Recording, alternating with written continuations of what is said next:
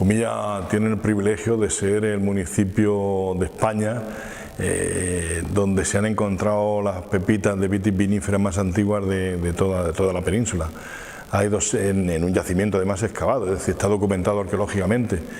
Los dos sitios donde se han encontrado de este momento, de esta época, pepitas de vitis vinífera son Sierra Madre en Huelva, lo que pasa es que no está asociado a ninguna denominación de origen, y Jumilla, que está con su propia denominación de origen, y que en dos de los yacimientos que hay de época calcolítica, es decir, estamos hablando de 3000 a.C. más o menos, se han encontrado tanto en un poblado como es el Prado, como en una necrópolis, en la necrópolis del Molar II, se han encontrado restos de pepitas de vitis vinífera.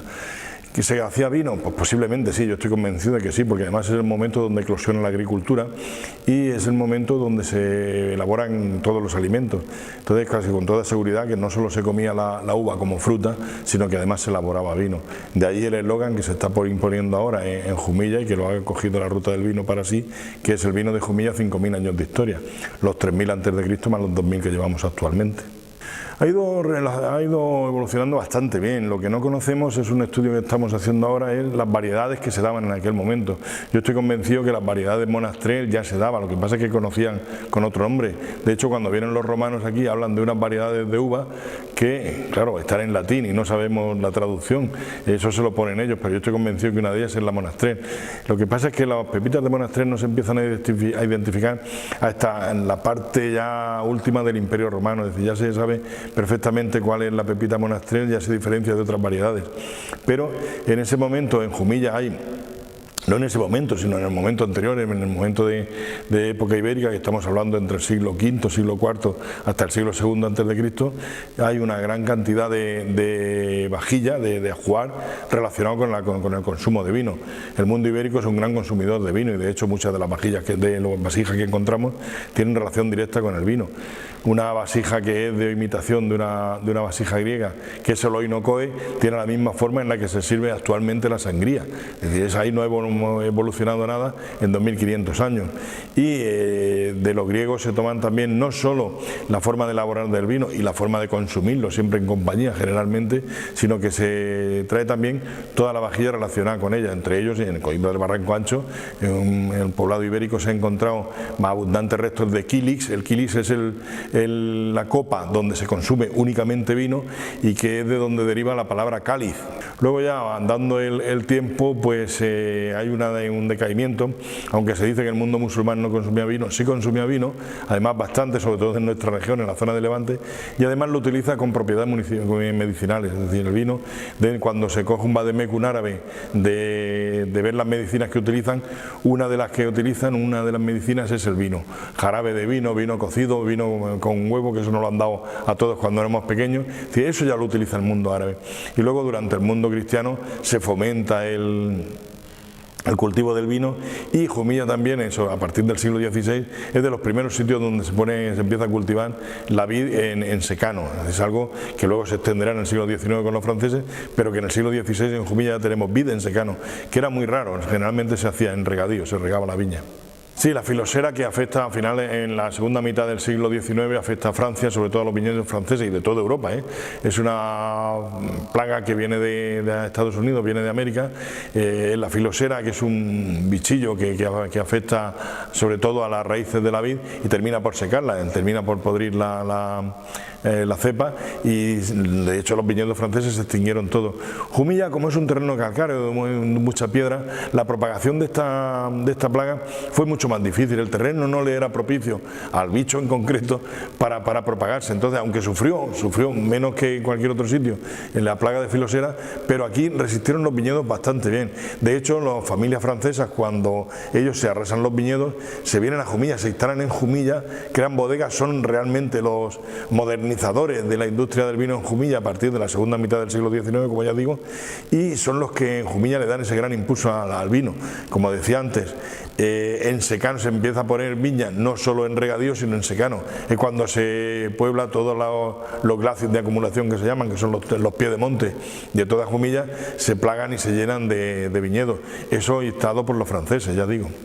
Tenemos un proyecto que nos hemos asociado, aunque nosotros somos un museo arqueológico, tenemos un proyecto relacionado con 3 museos del vino, que es el de Almendralejo, el de Bullas el del vino de Bullas y el de Cambados. Entonces, entre los 4 museos queremos hacer un programa o un proyecto en el que se va a ver toda la evolución, toda la historia del vino, cogiendo de cada uno de estos museos una historia. Nosotros vamos a aportar la prehistoria, Bullas va a aportar la época romana, y Almendralejo va a aportar todo lo que es la época ya moderna, sin entrar en medieval moderna, y Cambados toda la época contemporánea. Entonces el proyecto estamos pendientes de que convoque, porque convoca todos los años el Ministerio de Cultura subvenciones para este tipo de proyectos, y en eso estamos trabajando ahora mismo. El futuro Museo del Vino se quiere poner como centro de interpretación del vino o centro de documentación. Hoy día está muy de moda llamarle indistintamente centro de documentación o centro de interpretación. Entonces el futuro Museo del Vino, que está en las naves del Arsenal, donde el Ayuntamiento de Jumilla tiene una gran cantidad de material para exponer, se puede quedar un museo del vino muy digno, y que además hace mucha falta ya que Jumilla tenga un museo del vino como tal. Entonces se quiere hacer allí que no sea un mero museo, sino que sea también un centro de interpretación, un centro de documentación de lo que es el vino, toda su historia y todo lo que estamos contando. El Instituto de la Cultura del Vino, que soy presidente, somos un grupo reducido de gente, porque nos dimos cuenta que en Jumilla había 2 pilares fundamentales sobre el vino, ¿no? Uno era la parte económico comercial, que era el Consejo Regulador de Denominación de Origen con la Asociación de Bodegueros, que se encargan de la calidad y de la producción del vino y de que este se venda y se exporte y además no baje la calidad. Y luego por otro lado estaba la ruta está la ruta del vino, que es el que se encarga de esa difusión, de ese traer a la gente a consumir vino. Entonces a ese banco le faltaba un pie, que era la parte cultural, es decir, una parte que no es ni económica ni vamos a decir de ocio. Entonces es una parte que lleva el componente del vino, el reivindicar que el vino es un alimento, es decir, el vino no está considerado una bebida alcohólica, sino que está considerado como un alimento, porque como tomado de forma moderada, es decir, un vasito en cada comida, resulta que es beneficioso, además es muy beneficioso para la salud, previene incluso los infartos, y eso lo dicen todos los médicos. Entonces el Instituto de la Cultura del Vino pensábamos que era una herramienta que hacía falta para cerrar el círculo en torno a la cultura del vino de Jumilla. Ahora mismo estamos 7 personas que somos la Junta Directiva, más tenemos algunos asociados, incluso algunos de Murcia, y hacemos actividades relacionadas precisamente y que relacionan el vino con la cultura.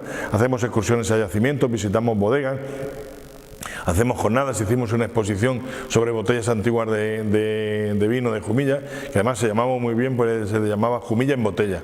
Entonces eran las botellas de vino, además de etiquetas que ya no se fabricaban, que ya no están comercializadas. Fuimos recogiendo de bodegas de particulares, de algunos que tienen verdaderas colecciones, algunos particulares, y lo hicimos aquí precisamente en el Museo Arqueológico, y era una exposición muy bonita. Luego hemos hecho alguna de etiquetas, hicimos otra de etiquetas también, que están ya fuera del mercado.